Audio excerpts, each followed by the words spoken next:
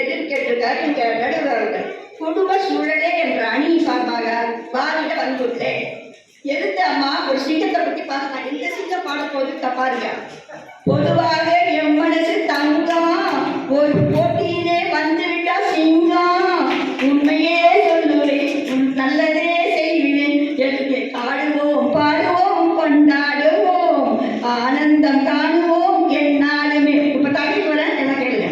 இத்தலைப்புக்கு காரணம் வேற எங்கும் தேட அவசியமில்லை. ஏனென்றால் எங்கள் அணியின் தலைவியாக செயல்படும் அன்பிற்குரிய புஷ்பலதா அவர்கள் மாமன்ற சட்ட உறுப்பினர் இருக்கிறாங்க. அவர்களே இந்த உதாரணத்துக்கு போதுமானது.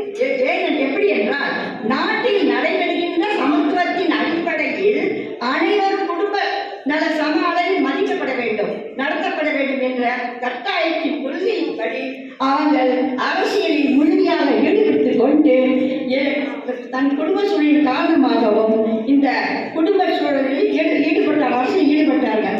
இந்த குடும்ப சூழலின் காரணமாக அவங்க குடும்பத்தாரும் அதுக்கு ஒத்துழைத்தார்கள். அவர்கள் இந்த அரசியல் ஈடுபட்டு சமத்துவத்தின் வேண்டி வீரர்களை போட்டு வெற்றி வாரின் சூடி வளம் வந்துள்ளார். இது ஒரு பாயிண்ட். இந்த அரசியலின் பிரச்சனைக்கு காரணம் அவர் குடும்ப சூழலே ஆகும். அடுத்தபடியாக யாருக்காக, இது யாருக்காக? வேறு நாச்சியாருக்காக. அடுத்த பாயிண்ட்.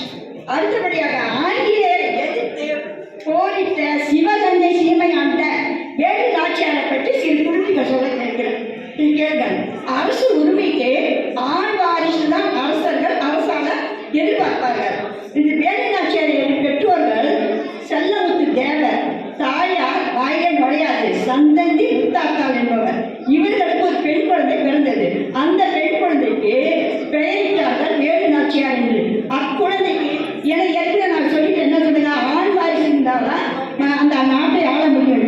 இவர் என்ன பண்ணாரு, மன்னர் கலகவில்லை, மனம் கடவுளை. ஏனென்றால் அந்த குழந்தைக்கு வேண்டிய அனைத்து பயிற்சிகளையும் குதிரை ஏற்றம், வால் வீச்சு, சிலம்பு, வளரி என்ற ஆயுதத்தை கையாளுதல் போன்றவற்றை போர் வீரர்களை கற்றுக் கொடுத்தால் அதுக்கு தகப்பனார். வயது